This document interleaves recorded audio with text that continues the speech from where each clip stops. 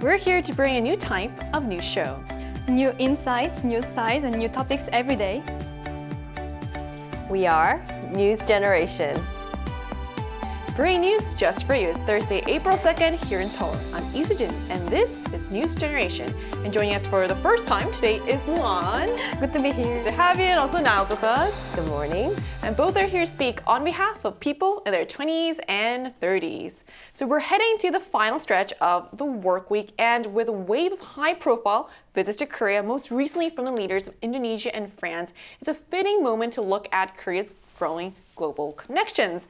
And that's exactly why we're especially excited about today's guest, because joining us for the first time in the studio is Luan from France. So it's your first time on the show, and I can't think of a better episode to have you join us. So before we start, can you tell us a bit about yourself? Okay. Yeah, so hi everyone. Thank you for receiving me. My name is Luan. I'm 24 years old and I'm from France. I am still a fourth year student at the University of Seoul, and I am so excited to be here. Right, so Korea's diplomatic calendar has been active lately, especially with back-to-back visits from key global partners. So Niall, can you walk us through the Indonesian president's visit to Korea? Right, so the Indonesian President Prabowo has been visiting South Korea since the 31st of last month, and he was welcomed with big gestures, grand ceremonies, military bands, and honor guards. And we also showed respect with halal cuisine by honoring the Muslim food guidelines, and lots of traditional gifts have been given. And President Lee Jae-myung held a summit with the president, and it's definitely a significant one as it follows after APEC 5 months later. And it served as an opportunity to discuss advancing strategic partnership between South Korea and Indonesia. Korea and Indonesia agreed to elevate ties to what they called a special comprehensive strategic partnership, and Mugunga order was given to the president of Indonesia for his contribution for strengthening ties between the two nations. And this week is especially meaningful given how rare a visit like this will be from France. So what makes the French president's visit particularly significant, Luan? It's been such a long time since the last French president came to visit Korea. After 11 years, the actual French president Emmanuel Macron will be here from today to tomorrow to talk with the Korean president Lee Jae-myung about AI, education, culture, nuclear, and a lot more. Right, so this really shows how significant this visit is, not just because of the long gap, but also the wide range of issues that are on the table, from AI to culture. So we're going to talk more about this, but first, let's take a look at the screen.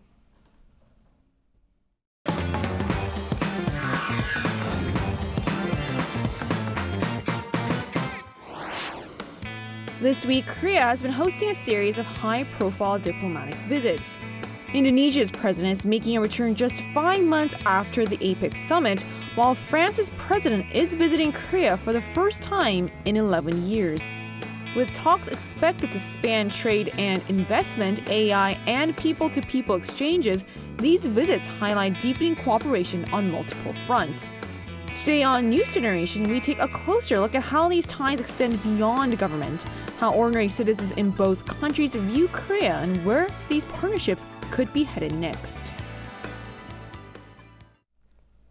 Just as we saw in the video, these relationships go far beyond official talks. They're already part of everyday life. So let's first take a closer look at Indonesia's connection with Korea through travel, food, and culture. So what makes Indonesia so popular among Korean travelers, Niall?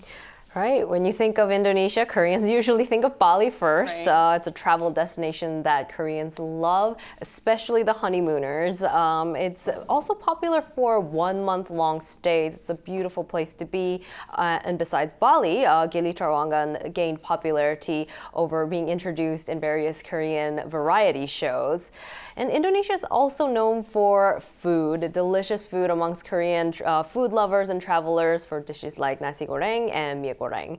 And the country is also rich in resources, natural resources, which is why many Korean businesses have expanded there for strategic purposes. So it's quite fascinating how travel, food, and even TV shows help bring the two countries closer together. So now let's turn to France, which also holds a special place in the minds of many Korean. So how do people around you usually describe France to you? So usually Korean thinks directly of Paris, the Eiffel Tower and the Louvre Museum.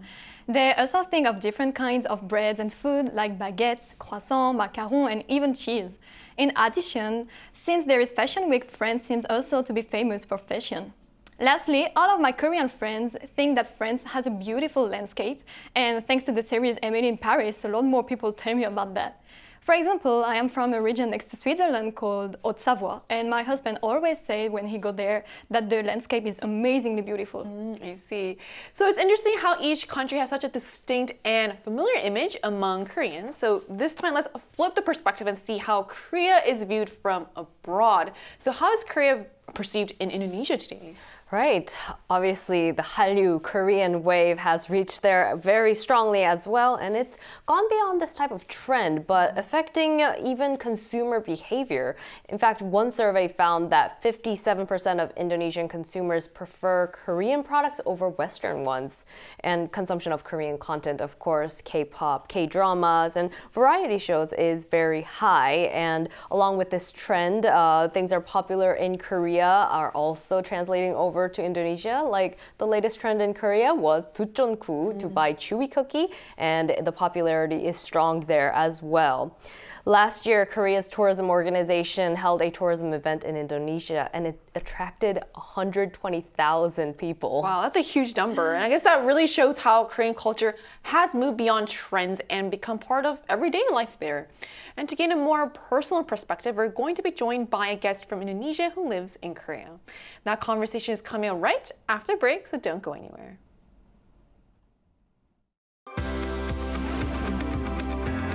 NewsGen wants to hear from you. Go to YouTube and search out Channel Arirang News. Click Posts and cast your vote in the poll. Make a new type of news with us. Joining us today is Rochelle, a college student from Indonesia who has lived in Korea for around 4 years. So hello, thank you so much for connecting with us today. Hi, thank you so much for featuring me in. I'm so honored. So Rochelle, so what perceptions of Korea do Indonesians have that either prove to be either true or wrong that you found out during your time in Korea? Yeah, okay, so I cannot really be black or white according to this question because what I experience might be different with others. But when I first came to Korea, I had zero expectations for the people. But I was aware that there is this perception that about Koreans, the locals, are pretty distant with foreigners, especially for the people who cannot speak Korean. But as time goes by, and this is my 4th year in Korea, I'm very thankful that I have a lot of good Korean friends that is very helpful. And they're actually very welcoming, and they are generally want to know about the country that I came from. Okay, so which part of Korean culture is drawing the most interest in Indonesia? To be honest, I think the very general answer to it is K-pop and K-drama, but I think it's just like a root level of it. In Indonesia, for everything that the trend is that is going on in Indonesia right now, of course, it is rooted by the Korean wave, but I think it goes to the deeper level where our lifestyle, what we eat, what we wear, is mostly affected by the Korean culture as well. In fact, in Indonesia, these days, the Korea's food trend is very big. And if I am on my social media, a lot of bakeries in Indonesia, they serve ducheongku, or the recent one, like pototok. So I think the Korea's trend that is going on, even like in Korea, it is fast spread in Indonesia as well. Wow, that's amazing to hear from a local from Indonesia. But for you, when you talk to Koreans, what are some things that you wish Koreans knew about Indonesia? As Indonesian, I do really wish that not only Korea, but the whole world knew that Indonesia is much more than Bali or Jakarta or nasi goreng.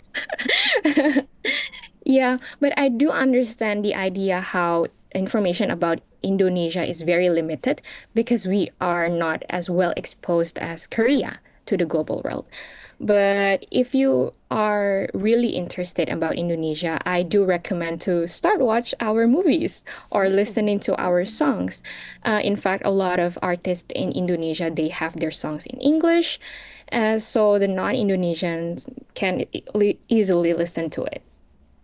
So you mentioned how you want more people to be more aware of different places in Indonesia. So before I let you go, I'm guilty because I also wanted to visit Bali. That's like one of my dream, I guess, honeymoon destinations, I guess, in the future. So what are some other recommend places that people should explore in Indonesia?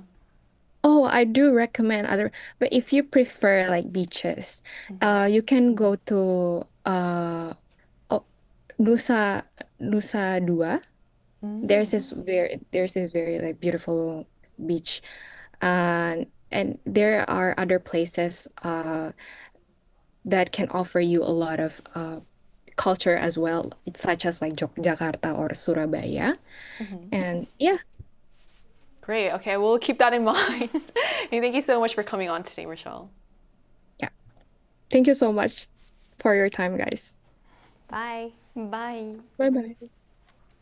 So we just heard from a young person from Indonesia what people there get right or wrong about Korea, which parts of Hallyu they're most into, and what in Indonesia she wishes young Koreans knew more about. Now let's shift our focus from Southeast Asia to Europe and see how the picture compares. So how is Korea perceived in France, and what part of Korean culture is currently trending now?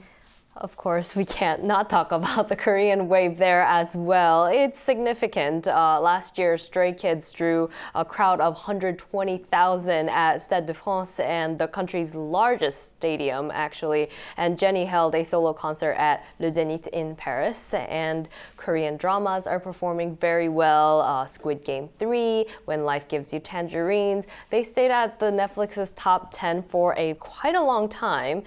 And although France is a powerhouse in cosmetics, interest in K-beauty has also been rising, leading to increased consumption of Korean beauty products. And another interesting point is that France highly values artistic merit of comics, and that's helped the webtoon industry expand widely into France. And in fact, Korean companies account for about 70 to 80% of French webtoon platform market. I think all of this really shows how deeply Hallyu and Korean culture has taken root in France, not just in entertainment apparently, but across beauty and even the digital content space like webtoons. So is there any other areas that people are interested in? Korea is also seen as a really safe and modern country. I know that a lot of French also love the fact that Korean culture is a mix of traditionality and modernity. Korean culture that is trending all around France, like Nal said, is of course their skincare. Everyone knows about that and adopt this routine. We even use a Korean brand that is only known in Europe. In addition, these days Korean movies and animation are more and more famous in the Hexagon, with, for example, the recent animation movie K-pop Demon Hunters. Everyone is touched by the Hallyu, kids, adolescents, and adults. I mean, it's so amazing that a culture that's so famous for its culture, like France is obviously known for its food and its content, that they appreciate Korean stuff. It's really interesting.